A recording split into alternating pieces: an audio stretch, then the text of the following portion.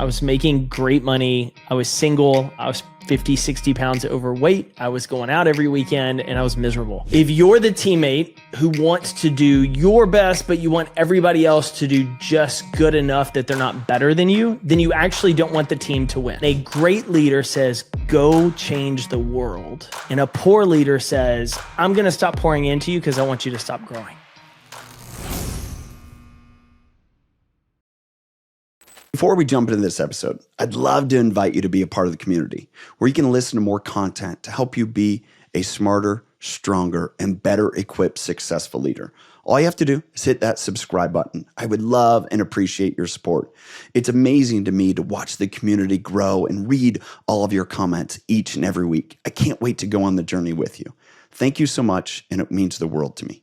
Welcome to the Impact Driven Leader podcast with your host, me, Tyler Dickerhoff. Today, I am joined by the amazing, I say amazing because he's been a friend of mine for years, Jake Thompson. Jake is a leadership performance coach and chief encouragement officer at Compete Every Day, a brand he started in 2011 by selling t-shirts out of the trunk of a car. He has spent more than a decade working with clients, leaders, organizations worldwide on how to get better results for themselves and their teams. He's also a dad of dogs, Sugar, Donut, and Snacks. His wife, Elena. Man, I'm so glad you're here, Jake. One more thing. As you guys listening in, Jake will be one of our esteemed presenters at the Impact Summit, July 29th and 30th, Coeur d'Alene, Idaho. Make sure that you go buy your ticket to be at the event. Jake, thanks for being here, man. Dude, of course. Excited to be with you today. Just as excited, if not more so, to join you in July. For everybody listening, like if you haven't gotten a ticket, hopefully by the time you're listening, this is not sold out because there is limited availability. And Tyler has put together a stacked lineup of people adding value and actionable steps. So yeah, I just can't say enough great things and how honored I am to be a part of this awesome event. Yeah, so I'm excited for you to share. And let's kind of first start off, just give a background of Compete Every Day. You know, we can hear that and we can, you know, it's of what is competition? What is competing in our world? Define for us what you believe someone who's either leading or someone who is, you know, going forth in the world to make an impact. What does compete mean in that sphere? Yeah, so it's pretty interesting as we look at it, because typically most of us have been raised in a way, and we have this idea of competition as me versus you, right? It's sports, it's outcome, it's all of that. And if we really deep dive into the definition, it's strive to gain or win something. And like I said, our emphasis is on the gain, the outcome, the win, but we don't control outcomes in life. What we do control is the striving portion. How do we wake up every day with intentionality and pursue better? And so as we talk about Compete Every Day, it's the mentality of me versus me. And what am I doing to be intentional?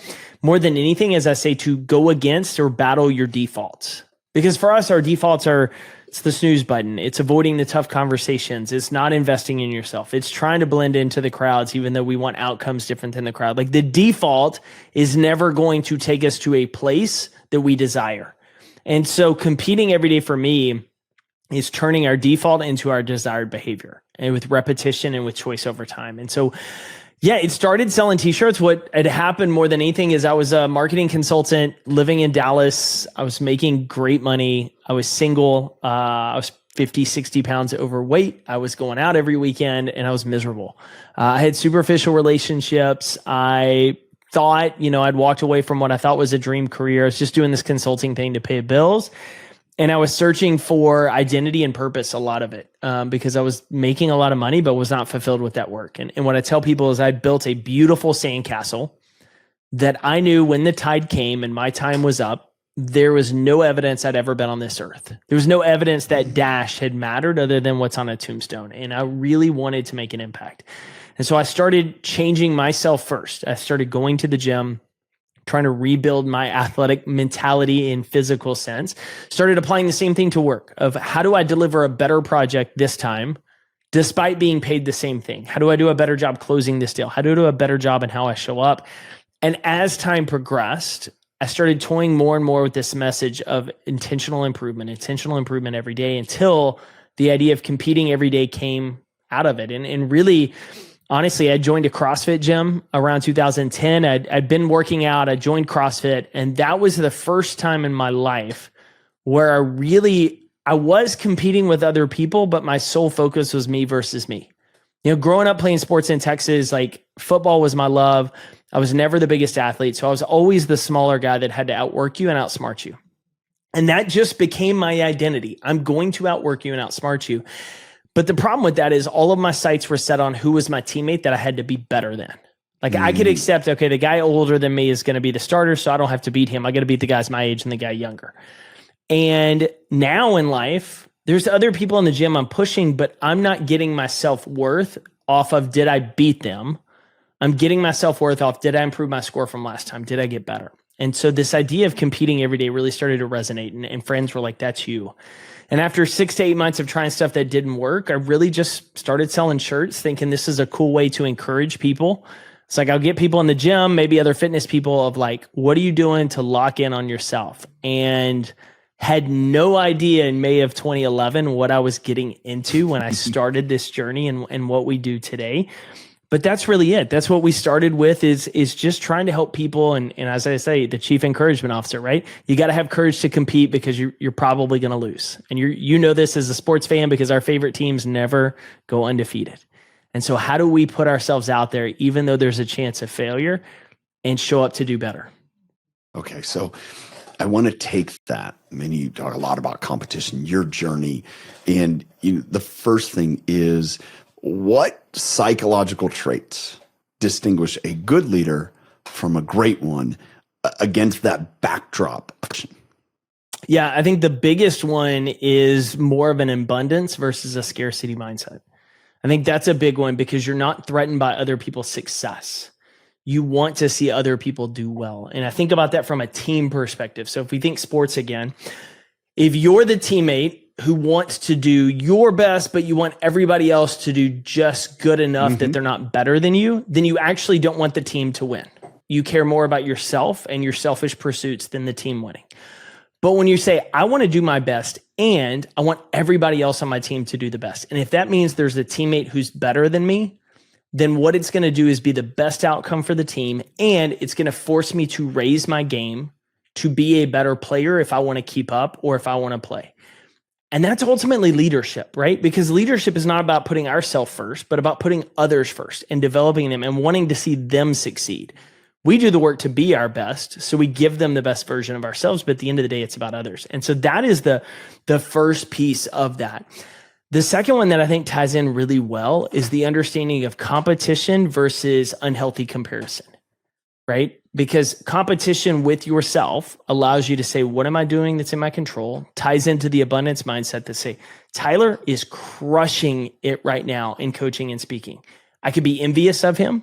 I could want him to do well, but not as well as me. Or I could say, man, go light the world on fire. Go change as many people as possible. It's going to inspire me to raise my game because I don't feel threatened by you.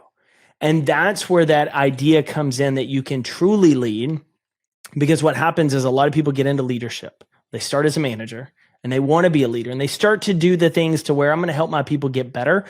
But then they become threatened because the people they're coaching and developing start to get close to their level. And that's either A, the leader hasn't done the work to continue growing themselves, or the person they're pouring into is insanely talented and they're mixing insane talent with incredible work ethic and drive. And a great leader says, go change the world. And a poor leader says, I'm going to stop pouring into you because I want you to stop growing. Would almost the example of a poor leader that, pins people against each other. Instead of saying, hey, Jake, I want more out of you because I know it's there. But also, Jake, if you are maximizing what you can do, it's also going to bring out the best in Jordan. And that's going to bring out the best in our team, as opposed to, hey, Jake, you're not doing as good as him, so you better raise the level, right? We see that happening. Give me examples of where you have seen in your work that causes dramatic problems.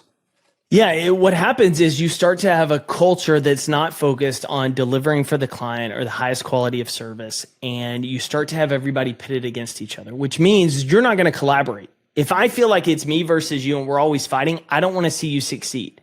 And so instead of saying, hey, what are we doing to make our company, our organization deliver the best product, which raises our brand, which raises customer experience, which does everything better, we're saying, I'm not going to help you because I want you to fail. Because if you don't fail, I have to work even harder to stay above you. And most people don't want to do that, right? I don't want to share what's made me successful as a sales professional because I don't want you encroaching on my territory or doing as well as I do. And so what you have is a hugely insecure culture. And it's really hard as a leader to get the best out of people when they're not focused on themselves, but they're focused on everybody else. And it's wild. But in good cultures, and what we see a lot of times is a massive increase in cultures that can collaborate effectively. Think back to, I always love using sports, right? That's the world I grew up in as a Friday Night Lights kid in Texas. But a team during practices, during off season, they're competing with each other to push each other to a new level. However, when Friday night starts and the lights come on, they're one team.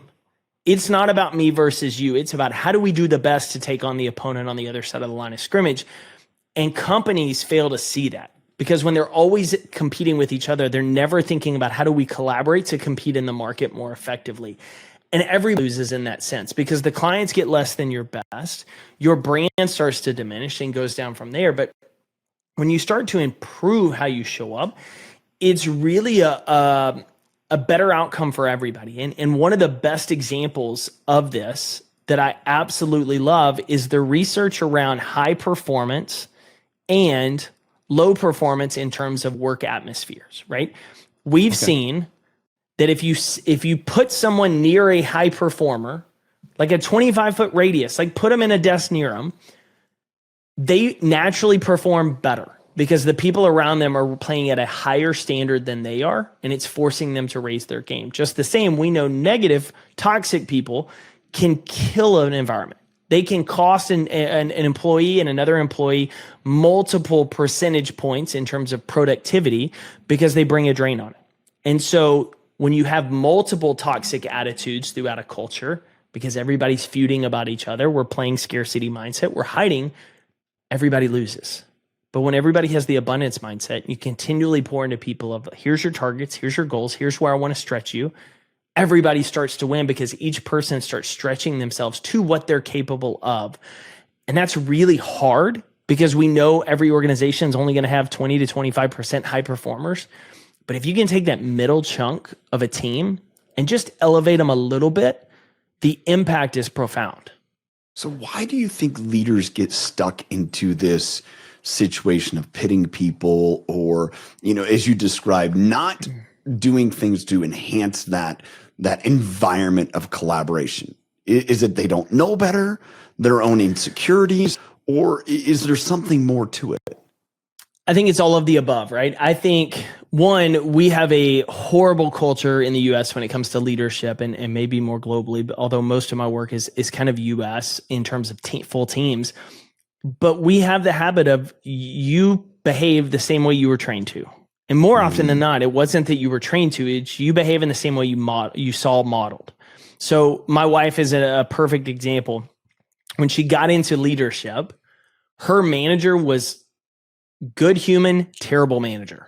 Like this was a huge cause of anxiety for me because I saw. So give examples of like good human, bad manager. Yeah. So like she cared about my wife. She wanted, she would take her out. She treated her as kind of a daughter, like she loved on her. But this was also the manager of, hey, I went out on Friday night. I'm just going to crawl under my desk and nap today. Can y'all handle my closings? I'm going to skip out early and not tell you. I'm going to call you right before I come in and say I'm quote sick, but we know you were out the night before.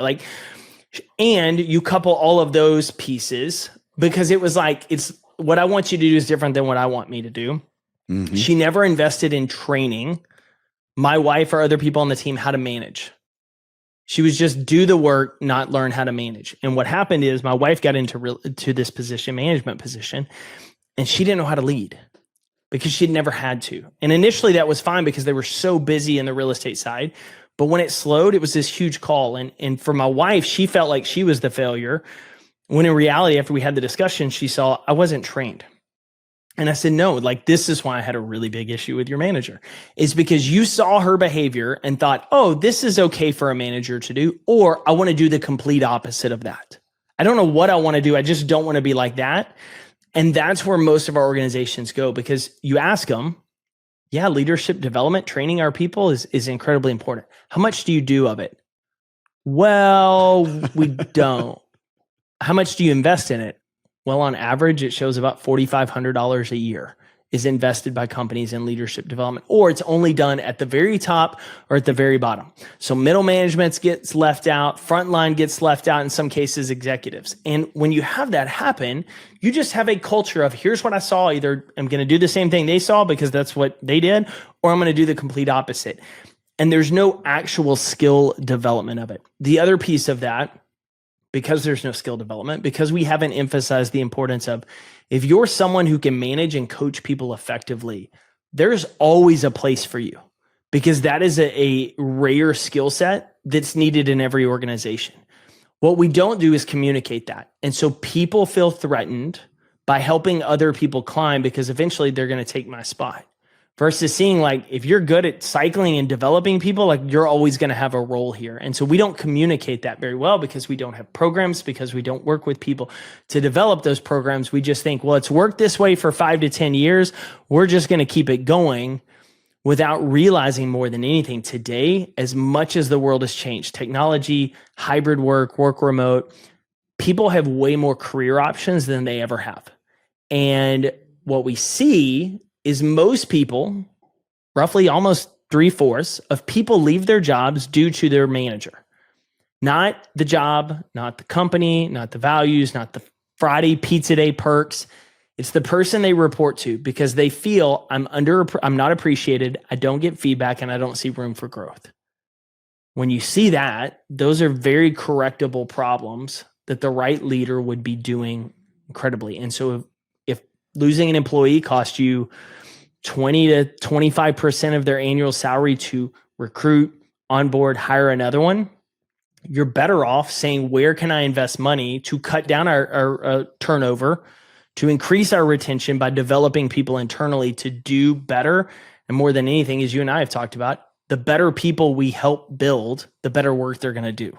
I want to dig a little deeper, right? Yeah. In your book, Lead Better Now, there's a kind of I don't know. It's one of the pieces that's like headline, right? It's one of the top pieces, right? It's in dark, right? And it for swim. And I have this idea that came to me over the last year or so, and we talk about what you just described about your wife Elena, or many other offices. Is it's the sink or swim culture. And I have a theory behind it, but I want to hear, what you just talked about to me is an example of a workplace or a culture that has been founded around the sink. And it's almost this like badge of honor, like, yeah, I survived. I made it to the top of the pile. Right. And that's kind of this culture that you talk about. It's this sink or swim. And we applaud the people that swim the fastest or the farthest or the most effective, however we measure that. What is the I guess the downside of having that culture that we should recognize more? Yeah, so there's a couple there, right? Just because you swim fast doesn't mean you swim effectively, right? I say this as someone who has terrible technique in the water, that I would be way more efficient. I would be able to go way further from an endurance standpoint if I was more efficient in how I swam. But I can paddle and dog paddle and survive in the water, right? I can swim, but I can't go as far as I could if I had the right technique. And so what we see is we burn people out. So that's a big one. The other issues we run into is we are building bad habits and cultures that we don't realize at first. Just because you've been in the role for a long time doesn't mean you've gotten better at it. It's like swinging a baseball bat, or in y'all's case, kicking a soccer ball, right? Let's think about it. If you're practicing shootouts and you have terrible technique, doing more of it is not making you better. Totally. It's not making you a better shooter, right? It's reinforcing a bad habit. Practice does not make perfect. Practice makes permanent. And so we have to be intentional of like, What are we doing in this regard of continuously like sink or swim? You'll figure it out. I had to figure it out. Yeah. What we're also doing is increasing the amount of time new and emerging leaders can make an impact. Because now instead of throwing them a life preserve or giving them a raft, we're saying figure out how to swim. Get back to the boat when you're ready. And that could take them forever. And we see this because of the insecurity piece, right? I had to learn the hard way. You have to learn the hard way. You'll figure it out. I don't want to make you have an easier time than I do. Why? Because I'm threatened by you.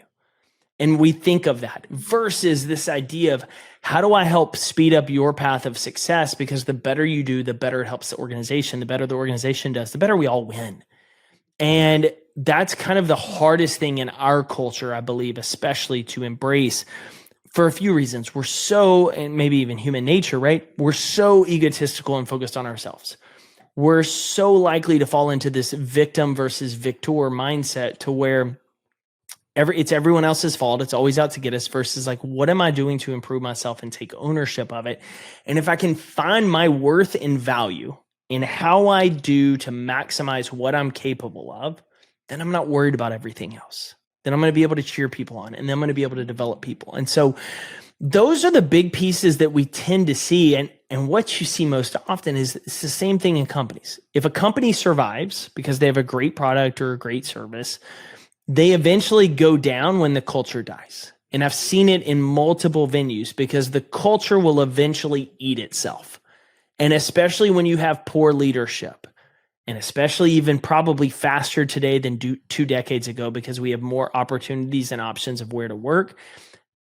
The culture eat strategy for breakfast is probably more important now than ever because a great culture will develop a strategy that works because they're constantly looking for how do we collaborate and how do we get better. A great strategy with a poor culture will win quickly maybe, but will never survive the long term.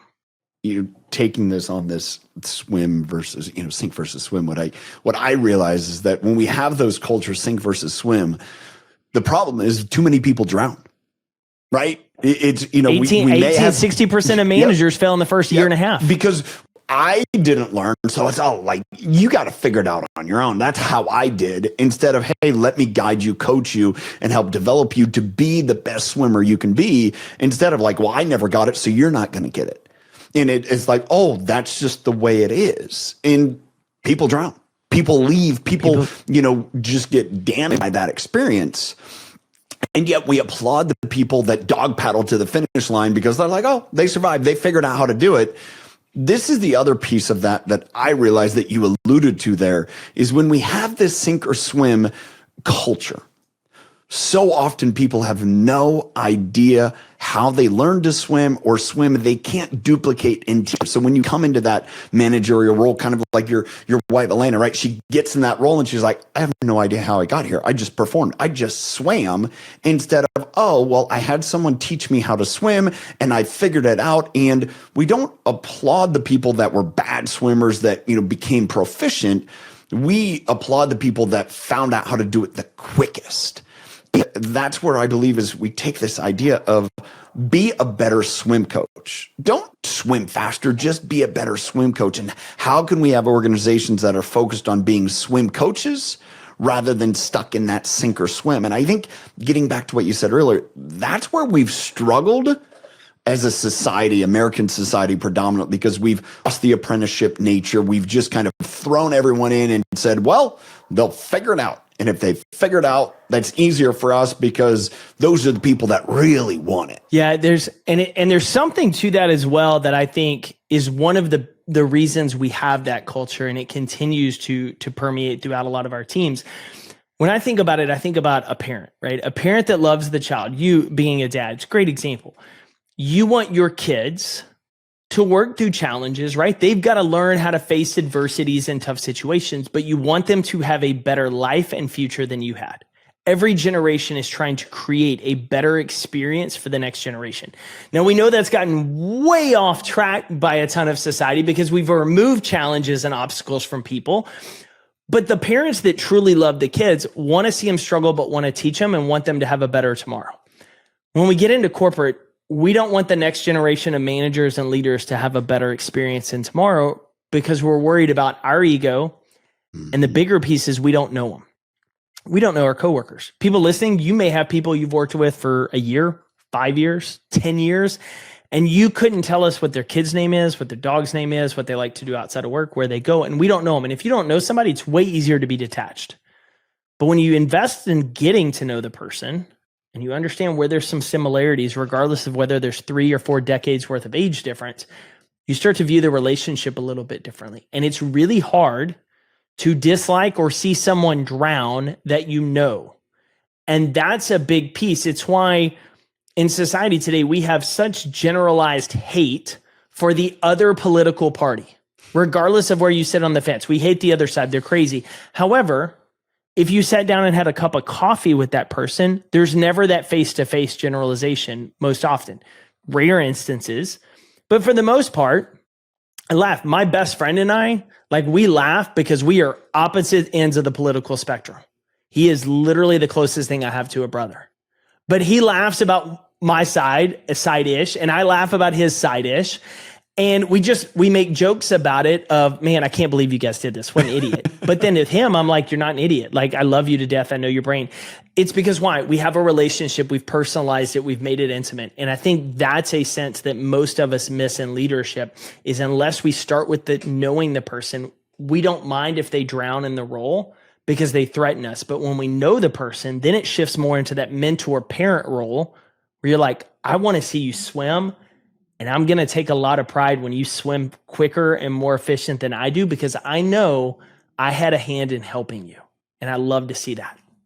I would describe that as, it's having connection, but it's on the verge of empathy, right? And how I define empathy.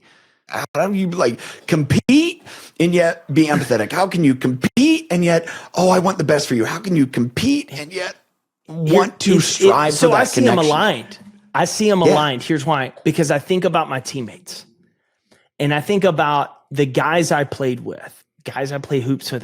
This morning, I went to the gym, and one of my best friends ended up being in there. And so he and I were in the gym, and we're going to race. I'm going to push you. And so when I see him speeding up, I'm speeding up. I'm like, I know this hurts, but we're competing against each other. But here's the deal. My self-worth is not determined whether I beat him or not. I want to have the friendly competition. And what I find is in that workout, I went to a level I probably wouldn't have gone to if I was working out in the garage by myself. Why? It's because I love the friendly rivalry of it. But here's the best part. When you have the empathy and the connection, I love the fact that he pushes himself because I can count on him to do his best to get better, which at the same time forces me. I need a person that I can love on and connect with and want to see cheer on, push me to a point that I've never gotten to, because otherwise I'm not going to get there. We have to have people for that. But when your worth and your happiness and your success lies in, am I better than that person? That's where the trouble comes in. And so that's why when we talk about compete, I really go to the striving versus the winning, because the winning is an outcome that we do not control. But the striving is 100% our choice. And when we have other people striving with us, we know that it pushes us to a level we're not capable of. I want to go back to the Jake who was before 2009, 2010, right?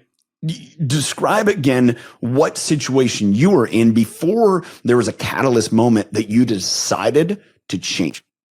So that's funny. So I'll save some of this for July. So you talk about a little cliffhanger there. I don't want to give you... I don't want to give you the story. I like this. I can't give you the story because our audience is going to hear it in July. Okay. Of where doing competition, I won't, but I'll just say it was the moment that looking back years later, that doing competition wrong cost me.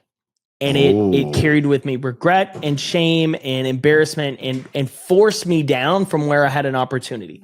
So I'll put that there. Yeah. Okay. All right. But the Jake before... Other aspects where you show up is you have a hard time celebrating other people's wins. Like, this is a really noticeable sign. So for me, I took a very non-traditional work path, right? I was trying to be a sports agent, and then I was a marketing consultant, and then I started a t-shirt company selling shirts out of the trunk of my car. And now you're an author, speaker, and leadership performance now I'm doing a ton of other stuff, right? Yeah. But then I'm broke. Like, I was making good money as a consultant, but then I start this t-shirt company. It's hard. You got to sell a lot of shirts to make some money. And I'm sitting there and I'm looking at friends who took the traditional route, who had the job. They went to medical school. They went to law school. They've been in corporate America. And I watch them making money. And you're like, I'm kind of happy for them, but I'm really envious. Because right now I'm like month to month just trying to build this business. And I realized like the problem with that is I'm comparing myself to them. And I was going back to what I'd done before in terms of my happiness. Am I doing better than them? Versus looking at the own journey I'm on and saying, what am I doing to maximize me? And the way I sum it up best, it took me a few years of getting into compete to really, really latch on to this idea of, do you care about looking good or do you care about getting better? Because you can't do both. And one feeds the ego, one pursues excellence. And it was a conversation I had that we'll tease a little bit as well, that in July, that really reframed that. Now, like anything in life, did it stick in that moment? No. Did it change the direction I was going? Yes. And just like going to the gym day after day after day builds a muscle, builds that repetition. It took me time to build that because I had years and years and years of comparison and competition with others as what was my old foundation. And so it took a while to break away the foundation and relay a healthier foundation that just cared about pursuing excellence. But when I did, it changed everything. And there's still pieces where you slip back to because we're human and we're all going to struggle with that. But I have a much better system and framework now to catch those thoughts, redirect the internal conversation around it, and then say, how can I show up? Like even like there's a guy, he's a speaker. We're not friends, we're peers. And there's people on our network that like, I don't think they care for me. That's fine, whatever. But like he hangs out with them. And I think, man, I can hold animosity toward this guy because of who he runs around with. Or I say, man, he's a great speaker. He's doing great work. And so the other day I heard something on a podcast that resonates with something, one of his taglines he uses. And I just DM'd him the podcast, has said, hey man, he said this line. It made me think of you. It's about the 14-minute mark. Maybe you'll get something out of it you can use with your audience. Hope you have a great day. Keep making an impact. And what that did for me is say, man, I could have been like, man, screw that. Yeah, that group, I'm not going to, or how can I help you go make an impact? Because at the end of the day, do I care about how I look or do I care about helping people get better? And if I care about helping people get better, understand I'm not the guy that has to deliver the message. Other people can, and that's 100% okay. But it took me years to get to that point. And part of that was this whole ingrained, I've got to prove myself to everyone by beating you. Nah. I just got to be proud of how I show up and what's the effort I give. Part of my own walk and journey is coming to grips with that insecurity, right? And to me, what you described is coming to grips with your insecurity of what value, what worth do you have, right? And the idea of I can cheer someone else on, that makes us all better, takes a tremendous of growth. And what I loved in there, you said, is that I still have moments that I have to wrestle with, but I know it. As opposed to having moments that you wrestle with that you don't understand, that just make you bitter and frustrated. And it's like, I may not understand it, but it's wrong, right? Again, as you described that guy in that group. It's funny because like the people that he runs around with, I struggled internally of like, I'm an only child, right? I love the attention. I want to be accepted, right? And so I'm like, well, why don't they like me? What have I done to them to offend them? Or, whatever the case may be. And so I started pulling the thread of, well, why do I care? Do they pay my bills? Do they live under my roof? Do they consume and impact my work? No, I just want to be liked. Well, that's an ego play, Jake. So how do I focus on what's in my control and just let go? Let go, let God, and continually remind myself every time I feel that. Now it's funny because there's still cracks, but man, your event's going to be a phenomenal example. Graham, the lineup you've got is awesome. And in the past, I'd go into that room probably with everyone except John, who I is like GOAT, right? I would look at everyone else on the stage and I'd evaluate and be like, am I better than them? Like, where do I show up? Now, the way I go into rooms with speakers and other people I've gotten to know that have this same abundant mindset, I go in there, and when I'm in the audience, I'm going to sit and say, how can I learn? Yeah. And where do I see something? Maybe I can help, just give you a piece of advice. Here's what I saw. Here's how your blocking is. Love that story. How can I encourage them? How can I learn from them? I'm not threatened by them. Now, the moment I go on the stage, Jake's competitive side kicks on and says, how can I make sure that I'm the best speaker you've ever seen? But the moment I'm off the stage, all I care about is how awesome of a job did you do? And here, I want to tell you something. You were so good that when I went on stage, I was thinking through my head of like how much higher I need to raise my performance to match the standard of excellence you set. And when you go in with that attitude, it's not, I'm threatened by you, I'm inspired by you. And the inspired leader is the one who goes and raises the bar and then tries to say, how do we get everyone else up to this level? I want to go back a moment and then come back to that one. So we're going to put a pin there. You mentioned envy, and it was interesting because in my notes before you even got to that point, as you're describing your backstory, the envy. There was a moment, I don't know if you've read this book, the audience listening, Perry Noble, he's a pastor at a church, Second Chance Church in South Carolina. He wrote a book called Most Excellent Way to Lead. He wrote it probably, 10 years ago, maybe a little bit less. Phenomenal book. And he talks about having to address envy. And he described it much like what you said and encourages you is go address it. Go, if you envy someone on your team, if you envy someone that you lead, if you are in a situation where, as you described, you're envying another speaker, go own it and address it. And what I did is I actually did that. We had a person on our team who I seemed like, man, they were excelling what my wife and I in our business. And I had to go to her and I say, I'm just admitting this and acknowledging it because I don't know how I'm showing up. But if I'm showing up in a way that maybe isn't supportive, it's because I'm struggling with envy. And the amount of effort that it took to do that, and now 10 years later, whatever, that relationship and the growth there, because I can be honest and say, I'm human.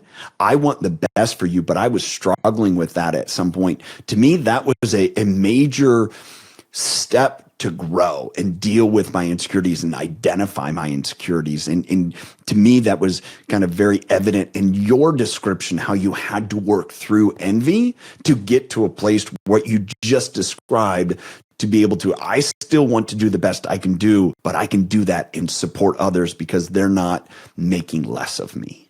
Yeah. And that, to your point, it's so crucial because we have such a problem when we get into that envious state that our ego leads the way in twofold, right? We're so envious that we fail to learn from the person of what are we actually envious about? Like, what are they doing? We're envious of an outcome, not necessarily what brought it there.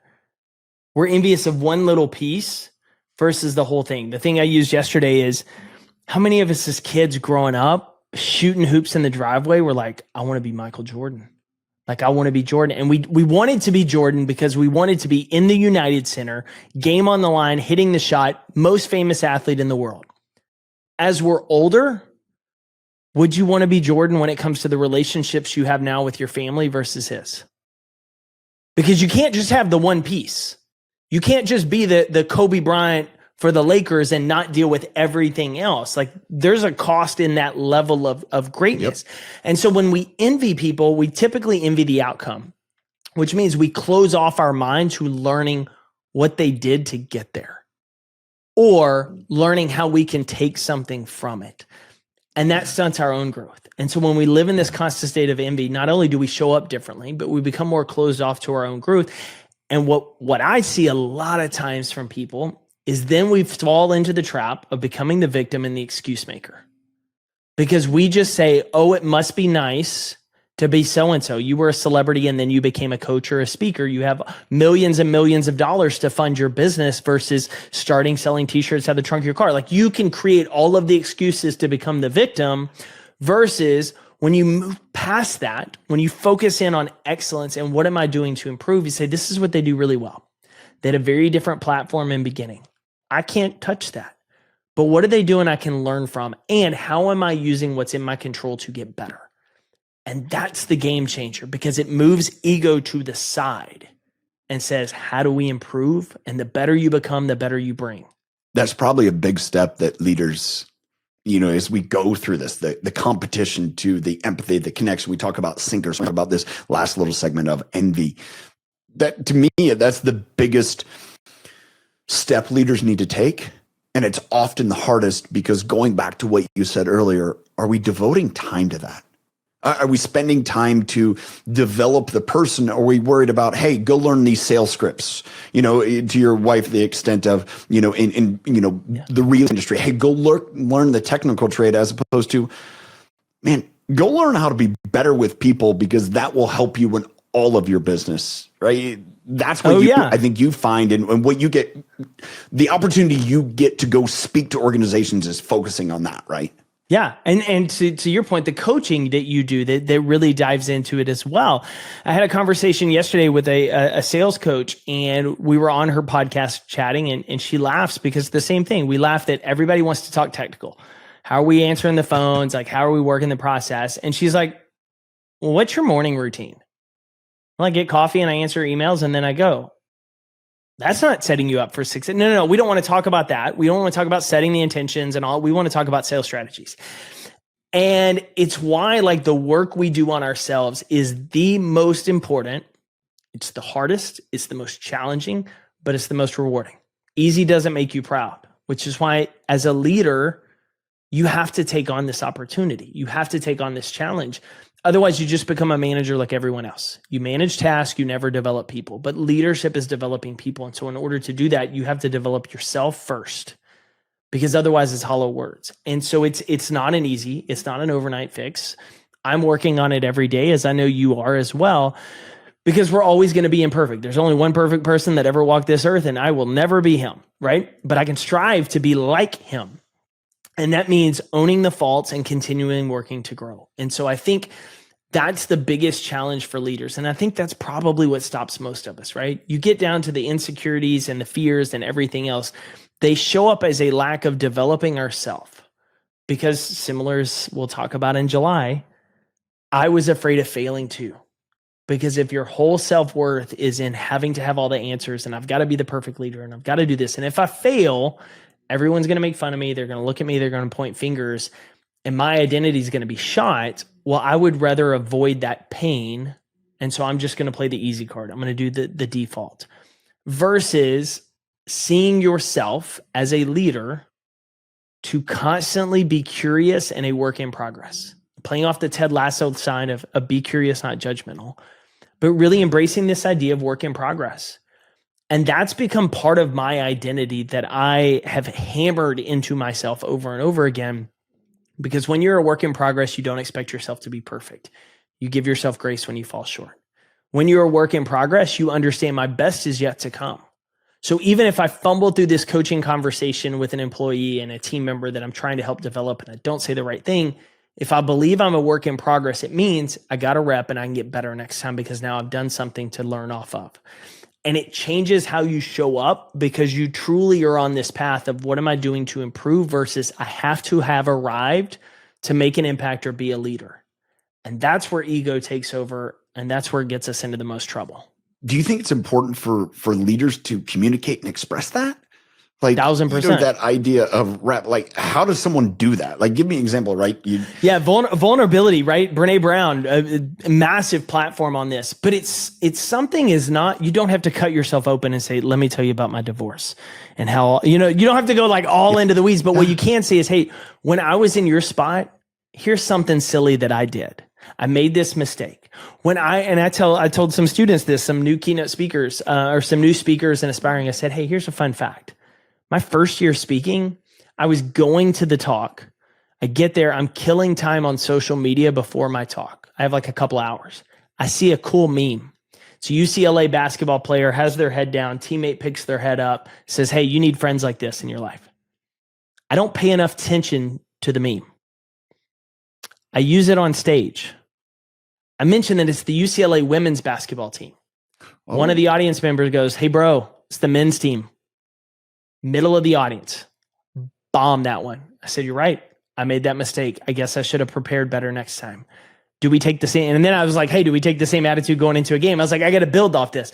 But I tell all of them, I was like, I messed up. I made a mistake on stage. The audience called me out. You're going to mess up. most times the audience will never know. And that's the thing, right? You tell people, when I was in your spot, here's where I messed up.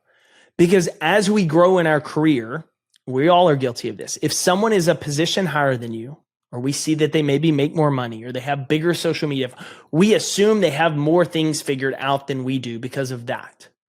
In reality, all of us are trying to figure it out. And if you can be the person who's vulnerable enough to share that, it's key. That's why Sean Cannell of Think Media, like, one of the things I love about when I see his stuff is his old stuff is still up. And his old stuff goes back, and you can go back and see, like, this was Sean at the beginning. It's why when I was 2 years ago, I took a splice together of YouTube videos that I'd shot from like 2016. And I was like, you see me on stage now, but you don't see me yelling at the camera and the phone in my room of like boisterously, like over communicating. You don't see any of that, but I want you to see it. And I want you to see the progress. So where you are, as sloppy as it is, I've been in that slop too. But here's where we can get to. And that's how you say, hey, I've been in your shoes. I connect with you. I show you I'm not perfect. Here's what I worked on to improve. That's how you build that connection we talked about. That's how you display vulnerability. That's how you focus on not trying to be perfect, but just how do I get better? Jake, I want to take from that, right? The preparation, the ability to communicate and be vulnerable, and not over just what I call as authentic vulnerability, right? The enough to make sure that people, be there with you. It's, to me, practicing empathy. As we wrap up, and one final question, how can you encourage leaders, people listening in, to start that process that they've struggled so much with because they believe people will think less of it when they start to own their failures or their mistakes or their moment of sharing the wrong comment about UCLA basketball? So I know the audience is really going to hate hearing this, but like, that's part of the thing I'm going to talk about in July, because I'm going to share that. And I'm going to share the thing that I hid for over a decade out of shame and embarrassment, and how the moment I started sharing it, my business, my audience connection, everything changed. Everything changed the moment I started sharing this. And so all I'll say on this point is that, to the audience and to myself, so I'm speaking to myself, you think you're a bigger deal than you actually are. You think you're a bigger deal. We all do. We inflate our own ego.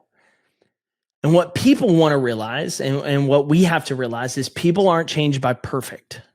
They're changed by people who deal with imperfections and how they deal with those things, because you can't relate to perfect. It's why social media is so dangerous, is because we see somebody else's highlight reel and we think, man, my story sucks. My life is a mess. I've got all this stuff going on. I can't relate to that person. But the person who's authentic and just says, hey, here's what I go through. Like, here's where I can connect. It's where true growth happens. It's where true connection and people get bought in. And if you're a leader who's done the work, who's overcome the challenges, who's worked through the mess, and the people know you've done that, they're way more bought in, because they don't see you as this perfect, unapproachable person. They see you as someone who's been in my shoes and wants to help me get through this situation. And I can't say enough about that. And I'm going to say it goes back to the beginning of our chat where I talked about you have to have courage to compete, because there's a chance you're going to fail when you get on the arena floor. The Man in the Arena, Theodore Roosevelt quote. If you haven't read it, read it. But the credit belongs to the ones who's on the field, who's in the arena, who's getting beat up, who's dirty, messy, sweaty, bloody, all of that. But they're pursuing the goal. And as leaders, we can't lead without courage. And the only way you build courage is by doing the thing that scares the crap out of you. You don't just wake up confident. You don't just wake up courageous. You do something that scares you. And so I would say to you, what's one small story, experience, thing you can share with someone on your team that could encourage them, because you've been in that spot and here's where you made a mistake? And so the thing that they're afraid to do, or they're afraid to admit to you to do, you don't think it's a big deal because you've done it and here's what you learned from it. What if that changes how they show up, how much harder they work, and better yet, how much more impactful your influence is? Because now they feel connected to you as somebody who's not perfect, but who's just working on getting better, which is something they can attain to do too. Jake, where can people learn more about you and your work? Yeah, best place is to head to competeeveryday.com. You'll find links out to everything that we're a part of, the speaking, the podcast, even some of our merch, and go start there. Say hi in the community. And then if you're on social, you want to ask some follow-up questions. I'm not going to tell you what I'm going to talk about in July. I've dropped my teasers, but if you want to talk about anything else, I hang out on Instagram at Jake Thompson Speaks. Love it. Thank you so much for your time. And thank you to all of our viewers and listeners. Remember to subscribe on YouTube or wherever you listen to podcasts. By rating and reviewing each episode, you people discover impactful leaders like Jake. Thank you. And until next time, choose to lead with impact.